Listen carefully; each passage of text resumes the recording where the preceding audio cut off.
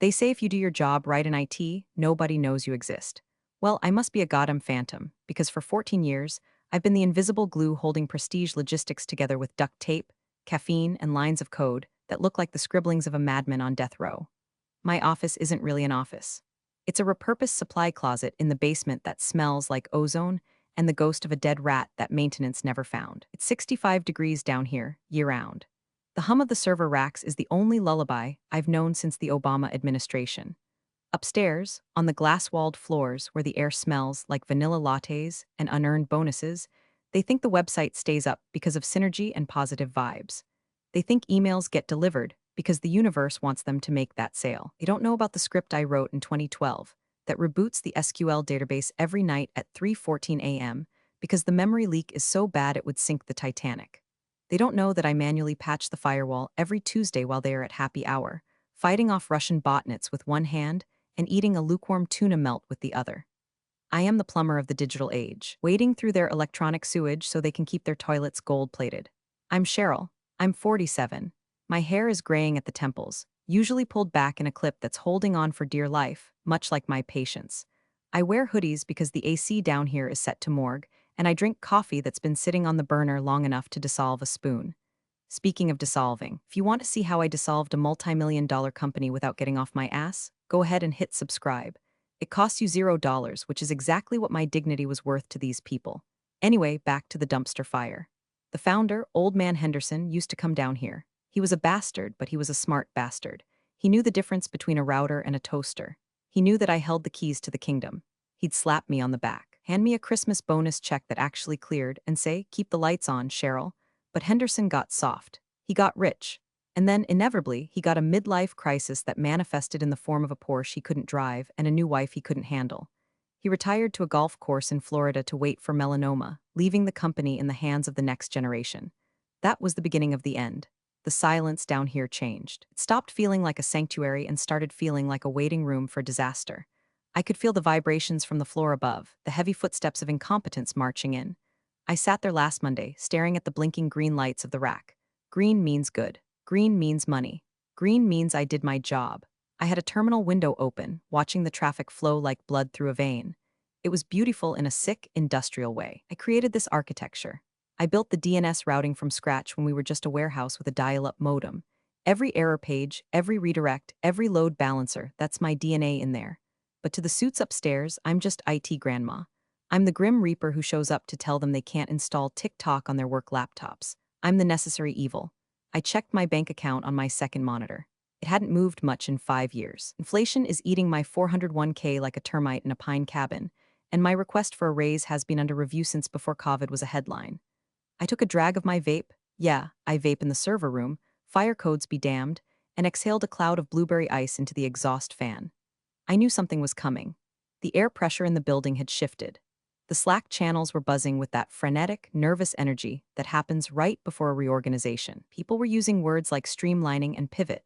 Streamlining is corporate speak for we're going to fire the people who work and give their salaries to a consultant who wears a vest. My phone buzzed. It was a text from the new HR director, a woman who looked at me like I was a stain on her beige carpet. Emergency all-hands meeting. 10 o'clock a.m., main conference room. Attendance mandatory. I looked at the server rack one last time. The fan's word, a steady, mechanical breathing. "Don't worry, babies," I whispered, patting the cold metal of the main chassis. "Mama's gotta go see the clowns." I grabbed my keycard, the one with the laminate peeling off the corner, and headed for the elevator. I didn't know it then, but I was walking into my own execution. But the thing about executing the person who built the gallows is, sometimes they know where the trap door is, and sometimes they rigged it to swing both ways. I ascended from the basement, blinking in the harsh fluorescent light of the lobby. The elevator dinged, sounding like a bell at a boxing match where one guy is blindfolded. I stepped out onto the executive floor. The carpet was thick enough to drown in. The art on the walls was abstract and cost more than my car.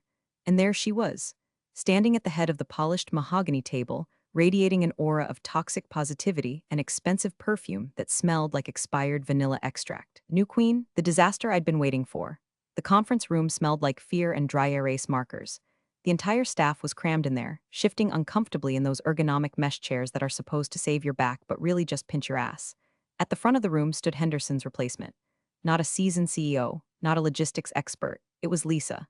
Lisa was 32, blonde, and possessed the kind of smile that didn't reach her eyes, just bared her teeth like a golden retriever that's about to bite a toddler. She was Henderson's new wife. Well, his third wife, to be precise. Her background was in lifestyle blogging and brand curation. I looked her up once. Her biggest achievement was an Instagram page where she posed with smoothies in front of graffiti walls. Now, apparently, she was the VP of operations. She clapped her hands together, the sound sharp and violent in the hushed room.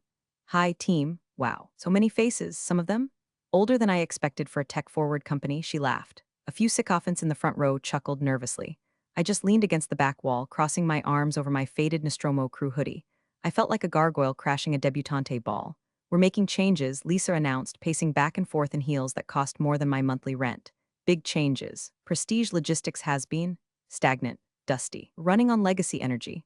I want to bring in high vibe efficiency. I snorted, loudly. I couldn't help it. High vibe efficiency sounds like something you buy from a shady guy at a music festival, not a business strategy. Lisa's head snapped toward me. Her eyes narrowed, scanning me up and down like I was a piece of malware she couldn't delete. Do you have a comment? I'm sorry, I don't know your name, she asked, her voice dripping with faux sweetness. Cheryl, I said. I voiced gravelly from years of Marlboros and screaming internally. Senior infrastructure admin and high vibe won't optimize the truck routing algorithms, Lisa. Math does that. The room went dead silent. You could hear the hum of the projector fan struggling to cool down. Lisa smiled, but it was the kind of smile a shark gives a seal before the water turns red. Cheryl, right. The IT grandma I've heard so much about. There were a few gasps. I didn't flinch. I've been called worse by better people. We're moving in a new direction, Cheryl, she continued, addressing the room but maintaining eye contact with me. We're pivoting to a cloud-first, visually driven platform. We need digital strategists. Influencers, innovators, not mechanics. She said mechanics like it was a slur. Like people who fix things are the dirt under the fingernails of society. I've brought in my own team, Lisa gestured to the door. Chad, come on in. Oh, Chad. Of course his name was Chad. He was 20-something, wearing skinny jeans that cut off circulation to his brain and a beanie, despite it being 72 degrees inside. He was holding a MacBook covered in stickers for crypto exchanges. Chad is our new digital visionary, Lisa beamed. He's going to revamp our entire web presence. He built a website for a dog walking app that got like 10,000 hits. I almost laughed. 10,000? Lisa. Our server handles 10,000 requests per second during peak hours. If this kid touches the load balancer, he's going to melt the motherboard. Lisa's face hardened. The mask dropped. That negative attitude is exactly what we're purging, Cheryl. She walked over to me, invading my personal space. She smelled like coconut and hostility. I've looked at the budget, she said, loud enough for everyone to hear. You're the highest paid employee in the non-executive tier. For what? Sitting in a basement watching lights blink? It's redundant. The cloud runs itself these days. The ignorance was so dense it practically had its own gravitational pull. The cloud, I said slowly, is just someone else's computer. Someone still has to manage it. You fire me and you're driving a Ferrari blindfolded on ice. I think we'll manage, she scoffed. Chad knows Wixcom. I stared at her. Wix. She thought our enterprise-level logistics platform, which integrated with customs databases in 40 countries and tracked shipping containers in real time, could be replaced by a drag-and-drop website builder. You're serious, I said. Dead serious, she snapped, effective immediately. We're restructuring. Your role is obsolete. Clean out your desk, Cheryl. You have until noon. The room was frozen. People were looking at their shoes. Nobody spoke up. Not the ops manager whose ass I saved last week when he deleted the inventory table. Not the sales VP whose commission checks relied on my uptime. Nobody, cowards. I looked at Chad, who was already typing on his phone, probably tweeting about his new VP status. I looked at Lisa, smug and victorious. A strange calm washed over me. It was the cold, hard clarity of a system reboot. Okay, I said. I didn't shout. I didn't cry. I didn't beg. You want the keys? You got 'em. Leave your badge at the front desk, she dismissed me, turning back to her audience. Now let's talk about the new logo. I'm thinking pink. I turned around and walked out. I didn't slam the door. I closed it gently. The click of the latch sounded like the safety coming off a loaded gun. She wanted me to clean out my desk. Oh, I was going to clean it out all right. I was going to scrub it cleaner than a crime scene. I walked back to the elevator, the silence in the hallway ringing in my ears. My heart wasn't racing. It was beating that slow, heavy rhythm of a war drum. I descended back into the underworld, the basement air greeting me like an old friend who knows you just got dumped. My office looked the same as I left it 30 minutes ago, but now it felt like a museum exhibit of a life that was over. The sysadmin's tomb, circa 2023. I grabbed a cardboard box from the recycling pile. I didn't have much. A framed photo of my dog, Buster Rip, you magnificent bastard, a stress ball shaped like a hand grenade, and my stash of emergency Twizzlers. I swept them into the box. Then I opened the bottom drawer of my desk. Hidden underneath a pile of outdated manuals for Windows Server 2008 was a small, unassuming black USB drive. Piece of masking tape on it read Mirror 01. I held it in my hand, feeling the weight of it. It wasn't heavy physically, but metaphysically, it weighed about $10 million. Flashback to 5 years ago. Henderson was paranoid about ransomware. He'd read an article in Forbes and came down here sweating bullets. Cheryl, he'd said, I want a failover. A hard reset, if the Russians take us hostage. I want a button I can press that wipes the slate and restores from a clean, isolated backup. But I don't want it on the network. I want it physical. That's dangerous, boss, I'd told him. If that key gets lost, or if the encryption handshake fails, the system interprets it as a breach and locks down. It's a nuclear option. Build it, he ordered. Tie it to your biometrics. You're the only one I trust, so I did. I built a ghost protocol. The entire architecture of the company, the DNS pointers, the API keys, the SSL certificates, was tethered to a verification token that renewed every 24 hours via my admin login. If my login was disabled, or if I didn't manually authorize the handshake, the system would assume a hostile takeover. It would initiate Protocol 0. Basically, the system would pack its bags and leave, just like I was doing. I plugged the USB into my terminal one last time. The screen flickered. A prompt appeared, initiate transfer of ownership. I typed N, another prompt, authorization token required in 24 hours. I smiled, a tight, grim line. They had 24 hours. I opened the user management console. I found my own account, Crobinson admin. I hovered over the disable button. Lisa wanted me gone. She wanted high vibe efficiency. She wanted Chad and his Wix skills. You want a clean desk, Lisa? I muttered, lighting a cigarette. Yeah, a real cigarette this time. The smoke curled up into the ventilation shaft, carrying my resignation letter in the form of carcinogens. I'll give you the cleanest desk you've ever seen. I didn't delete anything. That would be illegal. I didn't plant a virus. That would be amateur. I simply removed my personal intellectual property. I opened the cron jobs, the automated scripts that ran the business. They were all signed with my digital signature. I wrote a quick script to revoke my signature from the Active Directory. Effectively, I was taking my name off the lease. And when the landlord realizes the tenant is gone, he turns off the lights. I looked at the server rack. The lights were still blinking green. Innocent, unaware, be good, I whispered. Daddy's coming home drunk and Mama's leaving. I pulled the USB drive. The computer chimed, a cheerful little ding-dong sound that signaled the device was safely removed. I picked up my box. I walked out of the supply closet. I left my badge on the desk, right next to the empty wrapper of a breakfast burrito. I took the freight elevator up to the loading dock. I wasn't going to walk past the glass walls again. I stepped out into the grayness, the air smelling of wet asphalt and diesel. My car was waiting for me. I threw the box in the passenger seat. I climbed in, cranked the engine, and turned up the radio. Some country song about heartbreak and whiskey was playing. How fitting. I pulled out my phone. I navigated to a private URL that only I knew. A simple login screen appeared. Cheryl Backup Ops LLC. I logged in. The dashboard was blank, waiting for data. Mirror protocol active, the screen read, waiting for source disconnect. I put the truck in gear and drove away. I didn't look back at the building. I didn't need to. I knew exactly what was going to happen. It wasn't a matter of if. It was a matter of when the cache cleared. The first 6 hours were quiet. That's the thing about momentum. A freight train doesn't stop the second you cut the engine. It keeps rolling, crushing everything in its path until friction finally catches up with it. I was sitting on my couch in my sweatpants, glass of cheap Merlot in one hand and my laptop on the coffee table. My apartment is small, cluttered with computer parts and half-read sci-fi novels, but it's mine, and it's quiet. I had a backdoor monitor running, not into their system, legally speaking, but monitoring the public-facing API responses. It's public data. Anyone could watch it. I was just watching it with popcorn. Around 2:00 p.m., I saw the first hiccup. Latency on the inventory query jumped from 20 ms to 400 ms. There it is, I whispered, swirling my wine. The cache is getting stale. Back at the office, I imagined the scene. Lisa was probably rearranging the furniture in my old office, turning it into a Zen den or some shit.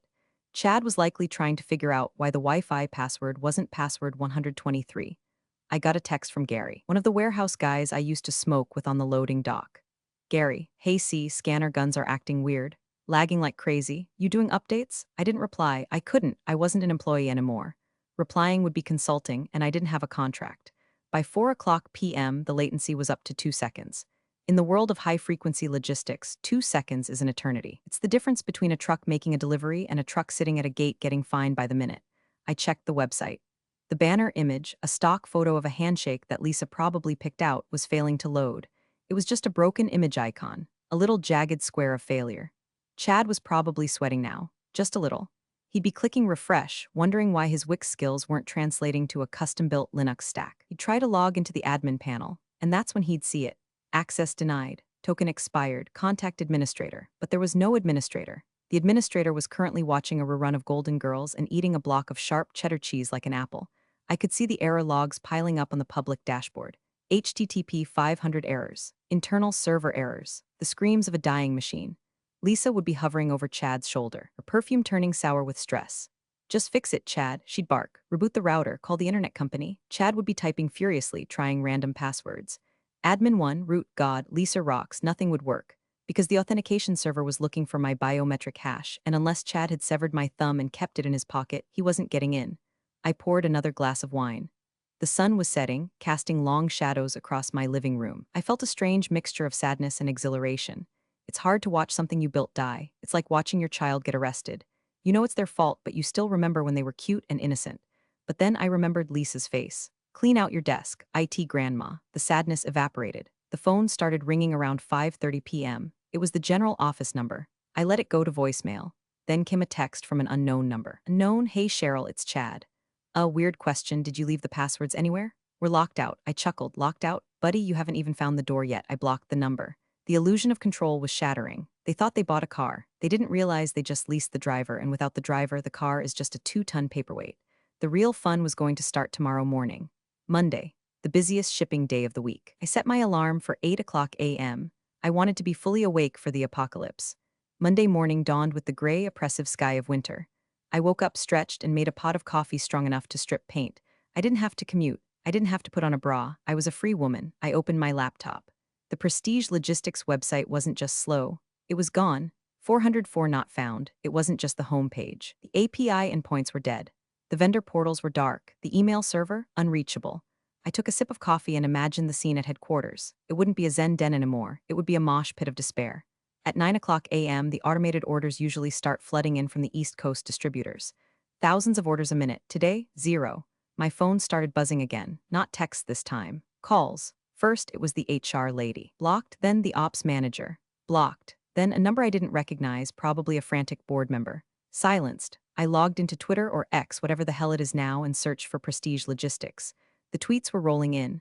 At Trucker Dave 88, been sitting at the dock for 3 hours. Prestige system down, no manifest, no load. WTF is going on? #Prestige Logistics #trucking hell at Global Imports LLC. At Prestige Logistics, your vendor portal is 404. We have perishable goods waiting. Answer the phone. At Karen from Finance, not actual handle, but close enough. Is Prestige Logistics bankrupt? Their website is gone. I leaned back, lighting a cigarette. The smoke swirled around the screen. The internal systems, the ones I knew intimately, would be in cascading failure. The database, unable to verify the admin token, would have locked itself in safe mode, which basically means read-only. They could see the data, maybe, but they couldn't add new orders, couldn't print shipping labels, couldn't process payments. The warehouse would be a graveyard. Conveyor belts halted. Scanners beeping angry red error tones, forklifts idling, and Lisa. Oh, Lisa, she'd be screaming. I knew it, she'd be screaming at Chad. You said you were a visionary, she'd shriek. It's legacy code. Chad would bleat, sweating through his beanie. She sabotaged it. She put a logic bomb in here. It wasn't a bomb, Chad. It was a dead man's switch, and the man is dead. At 10:15 a.m., the realization would hit the C-suite. This wasn't a glitch. This was an outage, and every minute they were down, they were losing roughly $10,000 in revenue. $10,000. $20,000. $30,000. By lunch. It'd have lost $500,000. My phone rang again. This time I looked at the screen. Lisa, new boss. I watched it ring. I watched the name dance on the screen. I took a drag of my cigarette. Let it burn, I whispered. I didn't answer. I went to the kitchen and made myself a sandwich, a really good sandwich. Turkey, Swiss, extra pickles, and a healthy dose of I told you so mustard. When I came back, there were 12 missed calls from Lisa. 5 from the CFO. 3 from Henderson. He must have paused his golf game. The panic had spread. It wasn't just an IT problem anymore. It was an existential threat. The digital heart of the company had stopped beating, and they had fired the only cardiologist in the state. I sat down and opened a new terminal window. I wasn't logging into their system. I was logging into my backup server, the one hosting the mirror data. It was pristine, ready, waiting. I checked the timestamp. 24 hours and 50 minutes since my departure. The lockout was total. The silence in my apartment was beautiful. But the silence coming from the Prestige Logistics IP address, that was a symphony. By 2 p.m. Monday, the bleeding wasn't just internal, it was arterial. I imagined the boardroom smelled less like vanilla and more like armpit sweat and stale donuts. Henderson had conferenced in from Florida. I could picture him, red-faced in a polo shirt, screaming into a speakerphone. What do you mean admin access restricted? His voice would be booming. It's my company. We're trying to bypass the firewall. Chad would be mumbling, typing commands he found on Stack Overflow that were definitely making things worse. But the encryption? It's 256-bit custom hashing. I can't just break it. Why isn't Cheryl fixing this? Henderson would demand. And then the silence. The heavy, suffocating silence where Lisa had to speak. We. Let her go, Lisa would whisper. You what? We're restructuring. She was resistant to the new vision. Chad said he could handle the migration. Chad, Henderson's voice would crack. The kid who looks like he sells weed at a skate park. You fired Cheryl? Cheryl who built the damn server rack with a screwdriver and a prayer? The CFO, a guy named Marcus who was actually decent but spineless, would chime in. Sir, losing approximately $15,000 a minute. The vendors are triggering penalty clauses for non-fulfillment. If we aren't back online by 5 p.m., we lose the Amazon contract. The Amazon contract, the whale, the thing that paid for Lisa's heels and Henderson's Porsche. I was sitting on my balcony, wrapped in a blanket, watching the squirrels fight over a nut. It was a metaphor, really. They were fighting for scraps while the whole tree was rotting. My phone chimed, a voicemail from Marcus, CFO. I decided to listen to this one. Cheryl, it's Marcus. Look, we have a situation, a catastrophic situation. We know you left, we know things were said, but we need the admin keys, we need the token. We can't get into the core routing. Please call us back. We can discuss compensation. Compensation. Now we're speaking my language. I didn't call back immediately. You don't negotiate when the other person is just starting to panic. You negotiate when they are staring into the abyss and the abyss is waving a lawsuit at them. I checked the public logs again. Chad had managed to crash the backup email server now. Good job, Chad. You're doing great, sweetie. The sun began to dip lower. The deadline for the Amazon contract fulfillment was approaching. I knew exactly what was happening. They were realizing that high-vibe efficiency doesn't parse JSON files. They were realizing that brand curation doesn't fix a corrupt SQL table. Lisa would be crying now. Not fake influencer tears, but real, ugly, I'm about to lose my trophy wife status tears. She'd be realizing that her power was an illusion. She could order people around, sure, but she couldn't order a server to work. The server didn't care about her title. Server only cared about the code, and the code belonged to me. At 4 p.m., I decided it was time. The fish was on the hook and it had swallowed the bait, the line, and the sinker. I picked up the phone. I didn't call Lisa. I didn't call Marcus. I called the main conference room line. I knew they were all in there, huddled around the Polycom phone like a campfire in a blizzard. I dialed. It rang once. Hello, it was Lisa. She sounded breathless, desperate. Hi. Lisa, I said, my voice smooth as silk and cold as ice. I heard you guys were having some trouble with the Wi-Fi. Cheryl, Lisa's voice cracked. Oh my God, Cheryl, thank God. Where are you? Can you come in? The system, it's doing something weird. We think it's a virus. It's not a virus, Lisa, I said, leaning back in my chair and putting my feet up on the coffee table. It's a security protocol. Specifically, Protocol 0. It triggers when the authorized admin is removed from the Active Directory without a handover. Okay, well, can you just turn it off? She sounded like she was asking me to turn down the radio. Just come in, fix it, and we can talk about, maybe bringing you back on a freelance basis. I laughed, a dry, rasping laugh. Freelance? Lisa, you fired me, with cause apparently. Redundancy, remember? We were hasty, she stammered. Chad made a mistake. Don't blame the kid, I said. You're the VP of Ops. The buck stops with your Manilow Blahniks. Cheryl, please, Marcus, the CFO, cut in. We are bleeding here. The Amazon contract is on the line. What do you want, a raise? We can match your old salary plus 10%. 10%? I took a sip of my wine. Marcus, I'm not an employee anymore. I'm a consultant. And my rates are significantly higher for emergency remediation. Fine, Marcus said, double. Pay you double your hourly rate. You're not listening, I said. I don't have an hourly rate. I have a project fee. To restore the infrastructure, verify the data integrity, and prevent a total database corruption event. The fee is $1 million. Dead silence on the line. You could hear a pin drop. You could hear Chad's soul leaving his body. 1 million? Lisa screeched. That's extortion? I'll call the police. That's blackmail. No, Lisa, I said calmly. Blackmail is pay me or I'll release your nudes.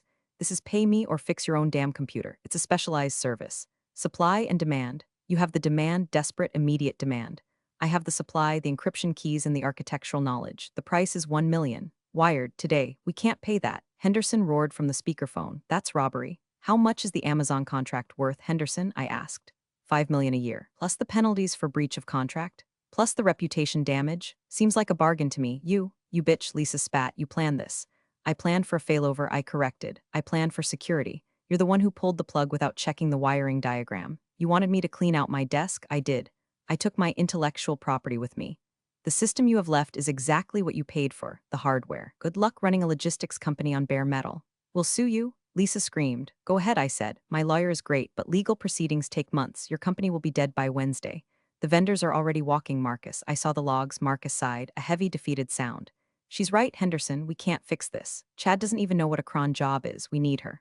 1 million, I repeated, non-negotiable. Sent to Cheryl Robinson Consulting LLC. I'll email you the routing number. I'm not paying it. Lisa shrieked. I won't let her win. Lisa Henderson's voice was low and dangerous. Shut up, but shut up, Henderson roared. Marcus, pay her. Get the site back up. Now. Yes, sir, Marcus said, and Lisa Henderson added, pack your shit. I smiled. It was a genuine smile this time. I'll wait for the wire confirmation, Marcus. Once it hits, I'll remote in. I hung up. My heart was pounding, but my hands were steady. I finished my wine.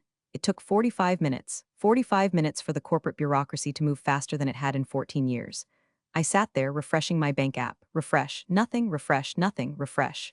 $1 million and 0 cents wire transfer received Prestige Logistics Inc. I stared at the zeros. It looked fake. It looked like a phone number, but it was real. I set down my phone. I cracked my knuckles. I opened my terminal. I didn't even have to put on pants. I connected to the backup server, my server. I initiated the handshake protocol.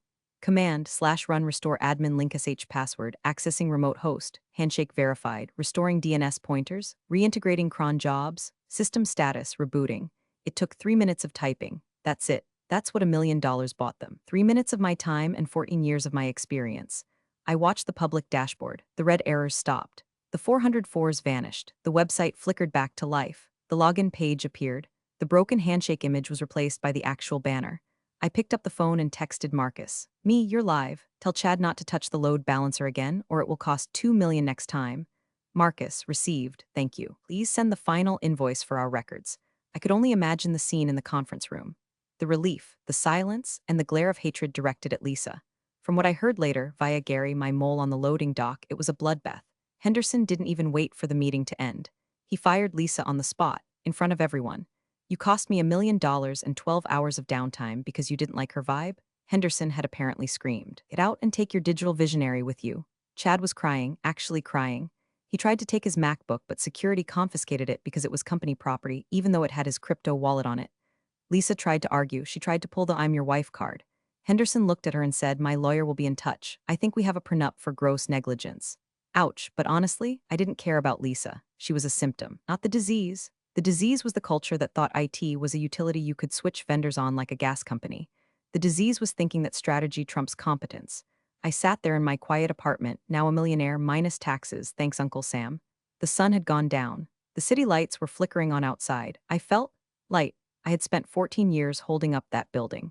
I had carried the weight of their incompetence on my shoulders. And when they kicked me out, they realized that I wasn't the load, I was the pillar. I closed my laptop. The fan whirred to a stop. I was done. 2 weeks later, I'm sitting in a new office. Well, it's still a home office, but I bought a Herman Miller chair and a desk that doesn't wobble. And I upgraded my coffee machine to an espresso maker that costs more than my first car. Prestige Logistics is still running, barely. I hired a team of expensive consultants to try and map my architecture. Good luck with that. My code is commented in sarcasm and inside jokes they'll never understand. Gary tells me they're running at 60% efficiency. Every time something breaks, they panic because they don't know which wire to pull. Lisa is gone. Rumor has it she's trying to launch a podcast about overcoming workplace toxicity. The irony is so thick you could choke on it. As for me, day after the blackout, I got a call. It was from the VP of Operations at Global Imports, Prestige's biggest vendor. The one who tweeted at them. Cheryl, he said. Marcus told me what happened. Off the record, that was the most gangster move I've ever seen. It was just business, I said. We need someone who understands infrastructure like that, he said. We're tired of Prestige's latency. We're building our own internal logistics routing. We want you to architect it. Consulting basis only, I said. And I work from home. And I don't do team building exercises. Done, he said. So now I run Cheryl Robinson Consulting. I have one client, I work 4 hours a day, and I make triple what I made in that dungeon basement. I still wear my hoodie. I still chain smoke Marlboros on the balcony now. I'm trying to be classy. Tonight, I'm drinking a glass of 18-year-old scotch. Have YouTube open on my massive 4K monitor. Danny DeVito eating a hard-boiled egg asthma. The title reads, I hit play. The crunching sounds are strangely soothing. I think about Henderson, poorer and divorced again. I think about Lisa, shilling essential oils or whatever she's doing now. I think about Chad, probably ruining some other company's SEO. I take a sip of scotch. They thought they could delete me. They thought I was just a line item in a budget. They forgot the first rule of IT. You can replace the hardware. You can update the software. But you never, ever damn with the sysadmin who knows where the bodies are buried. Because sometimes we didn't just bury the bodies. We dug the graves, poured the concrete, and wrote the code that keeps the cemetery locked. I close my eyes, listening to Danny DeVito chew. we're all healed. Thanks for watching, you cubicle warriors. Hit that subscribe button. Unless you're my old boss, then you're on your own. Revenge of the coffee pot strikes again.